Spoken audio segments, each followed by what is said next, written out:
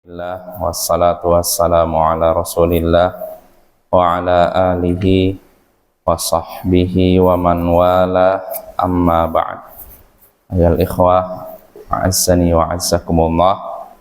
Kita lanjutkan pembacaan kitab Al-Adabul Mufrad karya Imam Al-Bukhari. Sebelum kita baca hadis baru dalam Adabul Mufrad ini, saya ingin meralat terjemahan hadis yang saya sebutkan kemarin. Jadi kemarin kan saya menyebutkan sesungguhnya, ini perkataan Nabi, sabda Nabi yang artinya sesungguhnya orang-orang Quraisy adalah orang-orang yang amanah. Siapa yang berbuat aniaya kepada mereka, maka Allah akan telungkupkan hidungnya. Siapa yang berbuat aniaya kepada mereka atau menzalimi mereka, maka Allah akan telungkupkan hidungnya. Kemarin saya terjemahkan itu siapa yang berbuat aniaya atau menzalimi mereka. Yang benar, setelah saya lihat ini syarah hadisnya, yang cocok bukan berbuat aniaya, tapi mencari-cari kesalahan dan kebinasaan mereka. Artinya gini, orang-orang Quraisy adalah orang-orang amanah. Siapa yang mencari-cari kesalahan mereka, mencari kebinasan mereka, maka Allah akan telungkupkan hidungnya. Allah akan hinakan dia. Nah itu apa ya? Jadi yang cocok terjemahannya, siapa yang mencari-cari kesalahan mereka, berusaha mencari kesalahan mereka, berusaha mencari kebinasan mereka, maka Allah akan hinakan dia di dunia atau di akhirat. Nah itu terjemahan yang cocok ya. Walaupun yang namanya mencari kesalahan ini kan kezaliman kan, itu sama aja sebenarnya, maksudnya nggak apa, artinya saling berkaitan, tapi tentu saja yang terjemahan yang pas tidak berbuat aniaya tapi mencari-cari kesalahan sebagaimana dijelaskan oleh para ulama ya. Jadi itu sebagai ralat terjemahan kemarin. Nah sekarang kita masuk bab baru. Berkata Imam Al-Bukhari rahimahullah, babu man 'ala jariyatain awahidah. Bab siapa yang menanggung dua anak perempuan atau satu anak perempuan. Bab siapa yang menanggung dua anak perempuan atau satu anak perempuan. Di sini bab siapa yang menanggung dua anak perempuan atau satu anak perempuan, maka nggak disebutkan jawabannya kan. Apa jawabannya? Bab siapa yang menanggung dua anak perempuan atau satu anak perempuan, maka tidak disebutkan jawabannya. Jawabannya akan kita ketahui kalau kita baca hadisnya. Berkata Imam Al-Bukhari rahimahullah, haddatsana Abdullah ibn Yazid qala haddatsana Harmalah ibn Imran Abu Hafs. Enggak jelas. At-Tuhisi ya. At-Tuhisi ya.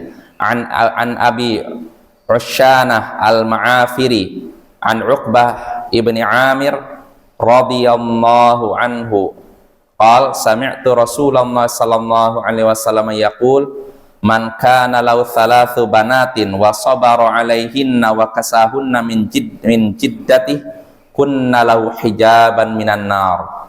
Kata Imam Al-Bukhari rahimahullahu ta'ala, haddatsana telah menceritakan kepada kami Abdullah bin Yazid.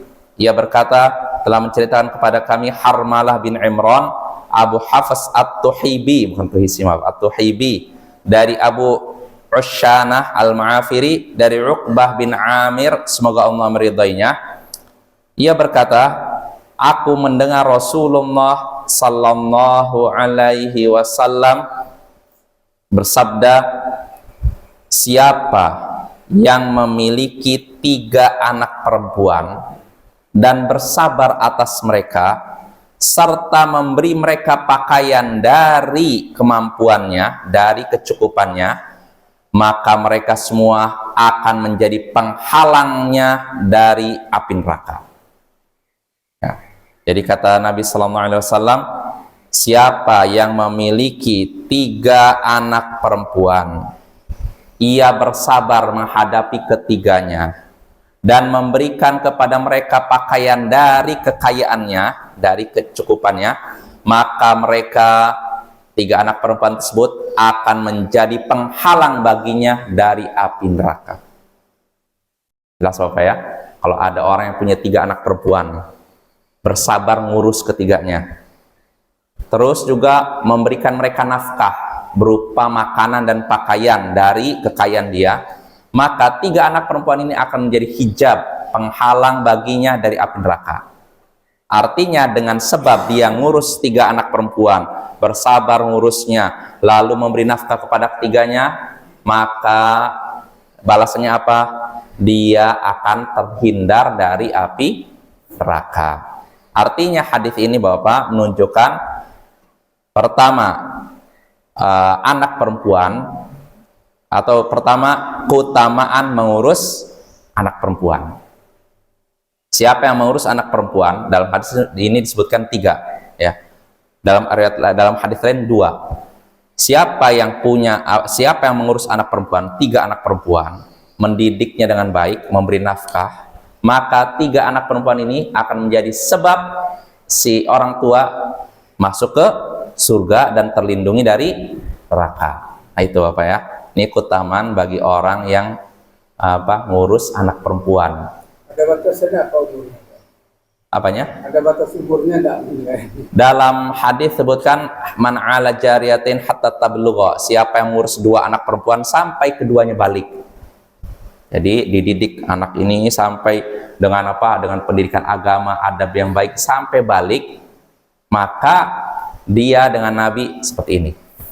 Artinya dia masuk surga. Kalau dalam hadis ini terlindungi dari neraka. Jadi Bapak, kalau kita punya anak perempuan, dan kata para ulama bukan anak kita, nggak mesti anak kita. Kita misalkan ada anak orang lain yang terlantar, perempuan, lalu kita didik dia sampai balik, maka ini akan menjadi sebab kita terlindungi dari neraka dan bisa masuk surga. Nah, ini keutamaan bagi orang yang mendidik atau mengurus atau menafkahi atau membimbing, mengasuh anak perempuan Bapak ya, baik anak sendiri maupun anak orang lain, atau saudara, misalkan anak saudara, keponakan diurus, ini pun termasuk hadis ini. Walaupun dalam hadis ini disebutkan anak, tapi dalam riwayat lain disebutkan perempuan umum, bisa anak sendiri, bisa anak saudara atau anak orang lain. Itu faedah pertama. Faedah kedua, anak perempuan, kenapa yang disebutkan di sini anak perempuan? Siapa yang punya 3 anak perempuan, bersabar ngurusnya, lalu menafkahi mereka ini, maka mereka akan menjadi pelindung baginya dari api neraka. Kenapa yang disebutkan anak perempuan? Kata para ulama, karena perempuan itu tabiat mereka itu lemah biasanya.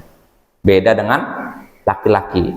Perempuan itu biasanya tidak bisa ngurus diri mereka sendiri. Butuh ada orang yang mengurus mereka dan membimbing mereka. Makanya Bapak, inilah rahasianya kata para ulama, kenapa yang disebutkan anak perempuan, bukan anak laki-laki. Karena bedanya sifat anak laki-laki dengan anak-anak perempuan. Nah, itu Bapak ya. Nah, itu 2 faedah yang bisa kita petik dari hadis tersebut. Pertama, keutamaan orang yang menafkahi, membiayai, menanggung, dan mendidik anak perempuan, 3 anak perempuan. Lalu kedua, kenapa disebutkan si anak perempuan? Karena anak perempuan memiliki sifat lemah sehingga butuh bimbingan dan pengasuhan.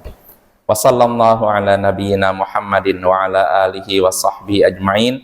Wa akhiru da'wana anil hamdulillahi rabbil alamin. Assalamualaikum warahmatullahi wabarakatuh.